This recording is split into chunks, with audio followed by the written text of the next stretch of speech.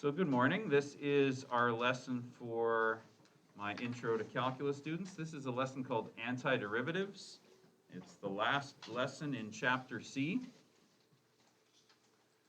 And, okay, we start with a little bit of exposition here. Scientific descriptions of the natural world usually begin by relating the rates of natural changes to what causes them. For example, Newton's second law of motion can be written as acceleration is force divided by mass. Since acceleration is the derivative of velocity, Newton's second law can also be written as the derivative of velocity with respect to time is equal to force over mass.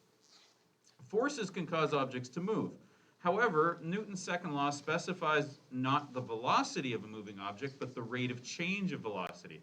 So don't think of this as speed or as velocity. It's the rate of change of velocity. If you wanted to actually find the velocity of a moving object, we somehow have to reverse the process of differentiation. We have to go backwards from an acceleration function to find its velocity. So, think back to grade 10 science. Do you remember doing questions like this, where you had to go backwards from the way you'd usually go? Usually you'd start by learning how to go from a position time graph to a velocity by playing with slopes. But do you remember going backwards? What if you got a velocity time graph and you were asked to find a position time graph from it? So if you remember back to, again, the formulas, you remember, of course, that V is equal to delta t, d over delta t. So position is velocity times time, or change in time. So on this graph, notice that that would be the area, right? Length, width. So the area under the curve of the velocity time graph between any two x coordinates corresponds to the change in position on the position versus time graph between the same two coordinates. So on the graph I have here, you could think of this as a piecewise function if you like. It looks like from 0 to 2, we just have y is equal to 4. So I'll use interval notation. So that's from 0 to 2. And then from 2 to 4, it looks like we have a negative slope. And if we were to figure that out, that's going to be negative 2x plus 8 for a linear equation. And that, of course, goes from 2 to 4. So for the interval from time is 0 to time is 2, we have a linear velocity with, we have a linear position graph that travels from here to here. So the area under this portion of the graph is 2 times 4, so that's an area of 8. So that we know on the position time graph, we travel from point 0 to point 8. But how do we handle the triangular part of the graph? We know that a velocity that has a slope, even a negative slope, that I should probably say with a slope that's not 0. So why don't we just add in here non-zero. So we know that a velocity with a non-zero slope, because this does have a slope, it just happens to be 0, but here my slope isn't 0, and that means that the rate of change of position is itself continuously changing. Your grade 10 teacher probably got you to understand that the interval from 2 to 4 is going to be some sort of curve. You maybe sketched an estimate of what you imagined that curve to look like, knowing a few facts about the situation. For example, you would know that the curve heads from the point where x is 4 and the position is, actually, the position is not 4. Can you change this to the position moved up 4? Since 4 is the area of the triangle. So that actually takes us to 8. So if you just go to the next page, from 0 to 2, we know that we change position from 0 to 8.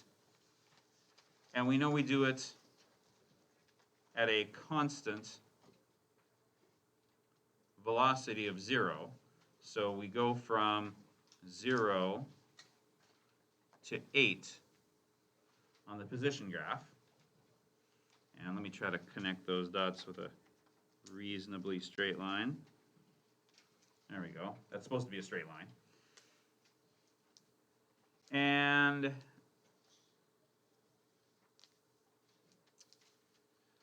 so you know the curve starts at that point that I just left off at 8, and you know you're going to move up another 4. How do I know I'm going to move up another 4? Well, that's because that's the area of this, right? The area is base, which is 2, times height, which is 4, times a half. So that's an area of 4. You can actually just kind of look at it and see it's half of the area of the rectangle beside it. So the area formed by the triangle from T2 to T4 is 4. So I'm going to move up another 4, but I know it's a curve because the rate of change of position is changing as we go. It's got a slope on this graph. You might have also reasoned that the curve is getting flatter as you approach, and this is the wrong point. This should be the point 412, right? Because it moved up from the 8. So you might have also reasoned that the curve is getting flatter as you approach the point 412, since the velocity is approaching 0. So chances are you just estimated something like this. So again, we know it's a straight line from there to there. Actually, let me see if I can make a better straight line than this. I'm going to try drawing with my drawing tools. So let's see, from here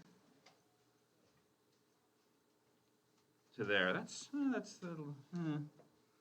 don't know how. That'll do, I guess. Does the job. And okay, so again, we know that for the next 2 seconds, we add another 4 to the position, which gets us to 12. But we know that it's a curve. And since we know that it's approaching 0, we probably know that it's going to flatten out as we get to 0. So we're going to have something like that. And those were the kinds of estimates you did when you did these kinds of graphs. But you know what? Here in calculus, we don't need to estimate anymore. We can actually kind of figure out what these equations are. We can see in the graph at the right that the equation from 0 to 2 is y equals 4x. And from time is 2 to time is 4, you can kind of tell that's a parabola. And you can tell that it's a parabola with a negative 1 for a, because you go down 1 over 1. And if you actually were to figure out from some points on this curve, you could find that the equation is that. And if you were to take the derivatives of each of these equations, so from 0 to 2, the equation is y equals 4x, that's the straight line part. And the derivative of that is 4. And the other equation from time is 2 to time is 4 is y equals negative x squared plus 8x minus 4. So the derivative of that is minus 2x plus 8, which is the equations that we had from this graph. Now,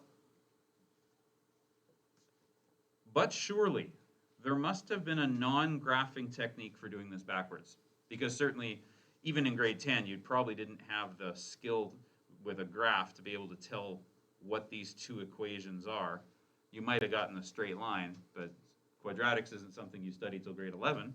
And even then, would you have known for sure that this was this quadratic of negative x squared plus 8x minus 4? So there must be a non-graphing way to go backwards, to start with these two equations that are derivatives and figure out what made them. The later equations here, these two guys, are the antiderivatives. Oops, let me spell that properly. Of the former equations. The more general reason for needing antiderivatives is that it may be useful to find the area under a curve in general terms, not just as a physics problem. Even more generally, this is math. Have you ever been faced with an operation that you couldn't undo? Right? You learned how to add, and then shortly after that, you learned how to subtract. You learned how to multiply. You learned you can undo multiply by dividing. You learned how to square, and you learned you can undo squares by square rooting. Even more esoteric things, like, for example, you learned there's a thing called the distributive property in grade 8 or so. And what's the opposite property to the distributive property? How do you undo distribution? You factor. Even really fancy things, like you learned that if you know that the sine of theta is x, then you know that theta can be found by taking the opposite of sine. Inverse sine of x will give you theta. Every single operation you've ever learned in math had a way to be undone. So derivatives shouldn't be any different. Okay, some of you already know this, but the opposite of integration, oops, let me say that, that's the second word I want. The opposite of derivation is called integration. And it has this weird kind of S kind of a symbol. We're not going to get that far. For our purposes, we use the term that just describes the opposite of finding the derivative, and we call it finding the antiderivative. That's supposed to be an I. This means that if we take a function f prime and calculate the functions f, that you would have to differentiate to get f primed. You go way further into the study of integrals and integration in your next calculus course. Given a function f primed of x, the antiderivatives are the family of functions f of x plus c, where c is some constant. In other words, the family of functions f of x plus c all have the same derivative. Like, for example, suppose I had f of x is equal to x squared plus 3x plus 4. And I also had the, say, maybe we'll call this one g of x. The function is x squared plus 3x, say, minus 4. And maybe h of x is x squared plus 3x plus 37. What do all those equations have in common? They all have the same derivative. The derivative of all of these things is basically f primed of x and g primed of x and h primed of x, which would be 2x plus 3, right? The constants go away when you do the derivative. So that presents us with an interesting problem when we're trying to go backwards. How would we ever know what the constant is? And the answer to that is, well, unless we have other information, we don't. So when finding the derivative of a power, we multiply the coefficient by the exponent and then reduce the exponent by 1. How do we do that backwards? Well, there's the formula for you. The antiderivative of an nth degree function can be found using that formula. If I know the derivative is this, then basically I reverse the process. I add 1 to the exponent.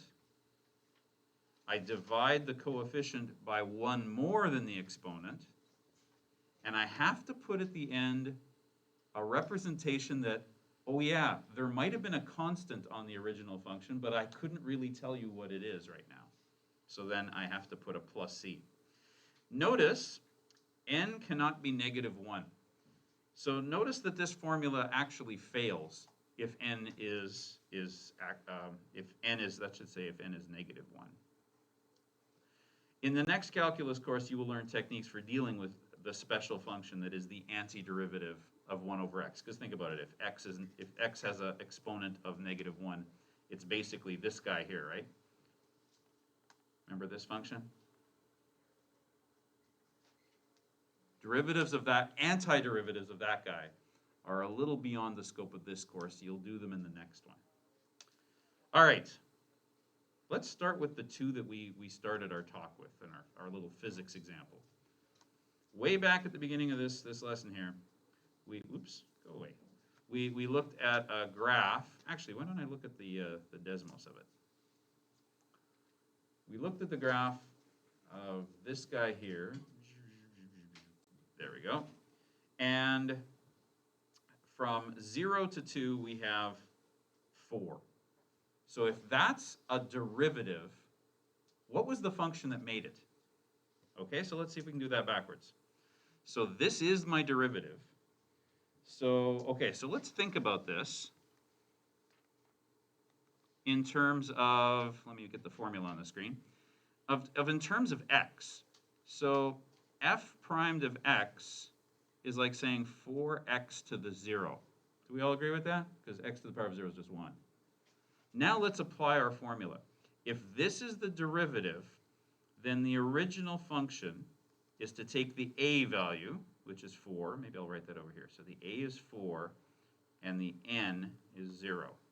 So according to my formula, I take the a, which is 4, over n plus 1, so that's 0 plus 1, times x, and then 0 plus 1, and then I add a c to that. So there it is. F of x, let's tidy that up, must have been 4x. But it could have had some constant on it, and I wouldn't have known what that constant was.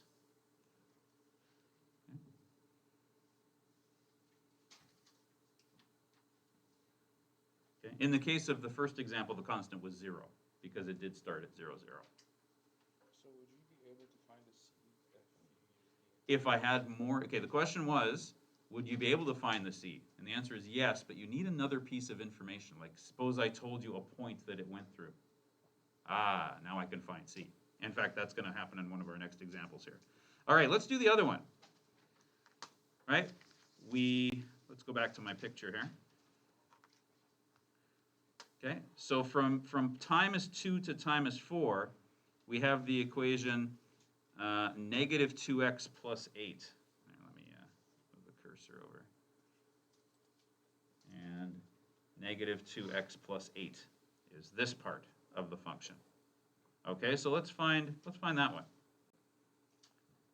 So again, in this case, I have kind of two parts to this guy.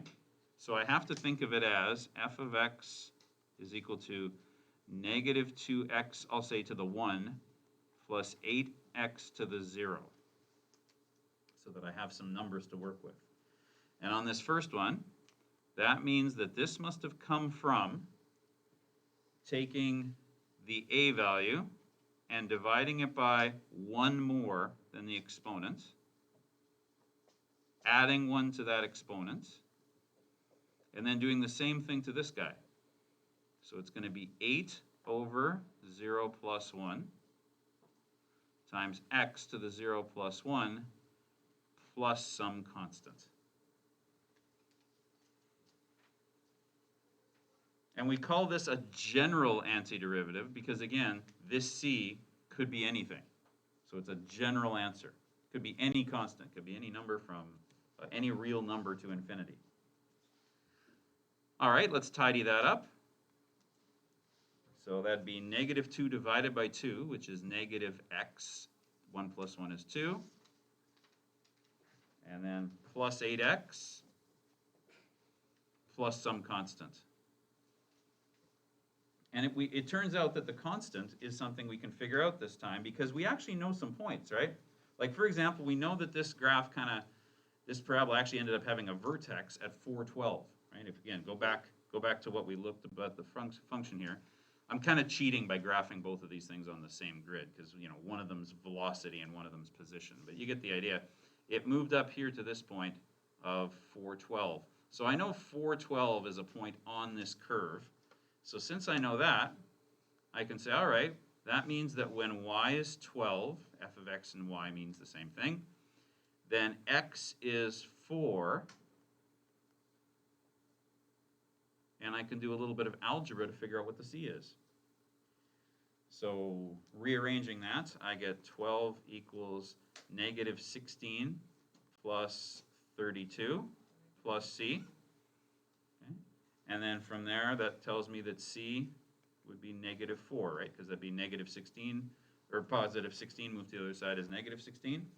So therefore, my specific exact antiderivative is f of x equals negative x squared plus 8x minus 4. And of course, you can always check to see if you did an antiderivative right by just going forwards again, right? What's the derivative of this thing?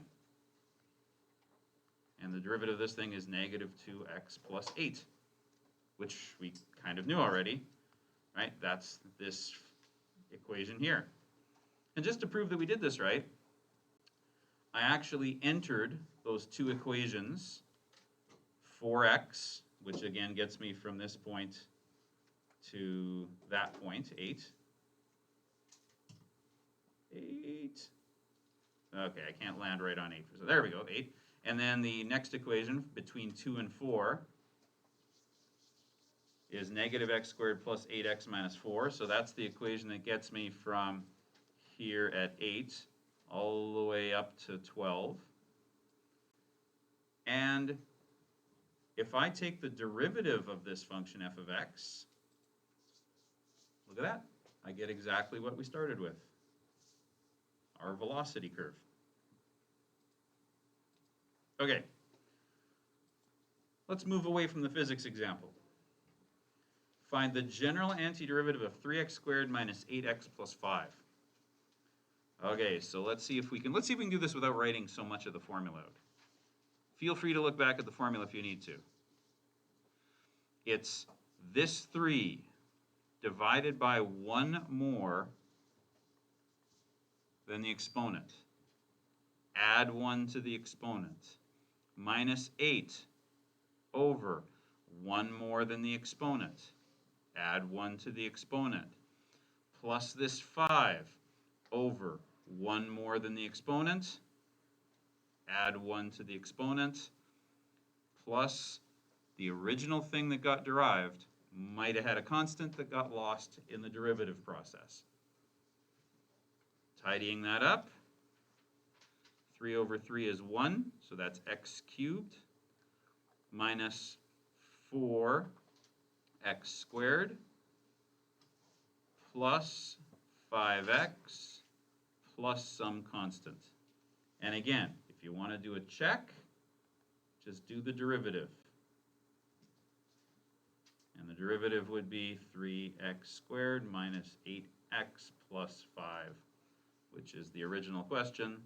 So this is it. This is the general antiderivative. And again, we call it the general because this C, we don't know what it is. And unless they give us another piece of information, we're not going to be able to find it. All right. That is all there is to antiderivatives. So here's what's going to happen now. Let me see. Do I have the blog open? I do, but it's on my other screen. Hold on. Let me bring the blog over. Blog. Whoa. That was weird. Okay. So that's the antiderivative lesson. And I'll post the video that we just made in a minute. I put the Desmos file on here too, if anybody wants to play with that. And the assignment for this is in the assignment book. I added it kind of after I already had the booklet ready from the year before. So it's the one page that doesn't have a page number. The page numbers go from 4, and then this page that we want, and then it jumps to page 5 in the numbering. So call it page 4.5. How about that? So on page 4.5, we have a bunch of practice. You can skip number 1, and we'll say that the actual practice is from 2 to 8. And there is an answer key on the very last page of that assignment book.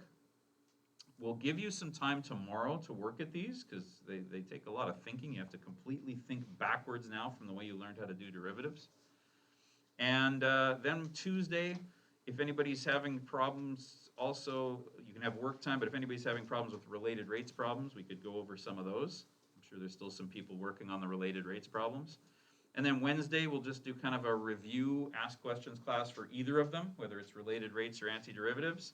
And then we quiz Thursday. So that's our week. It's a short week. And how about Friday? Friday is a conference day for teachers, so you guys have the day off, right?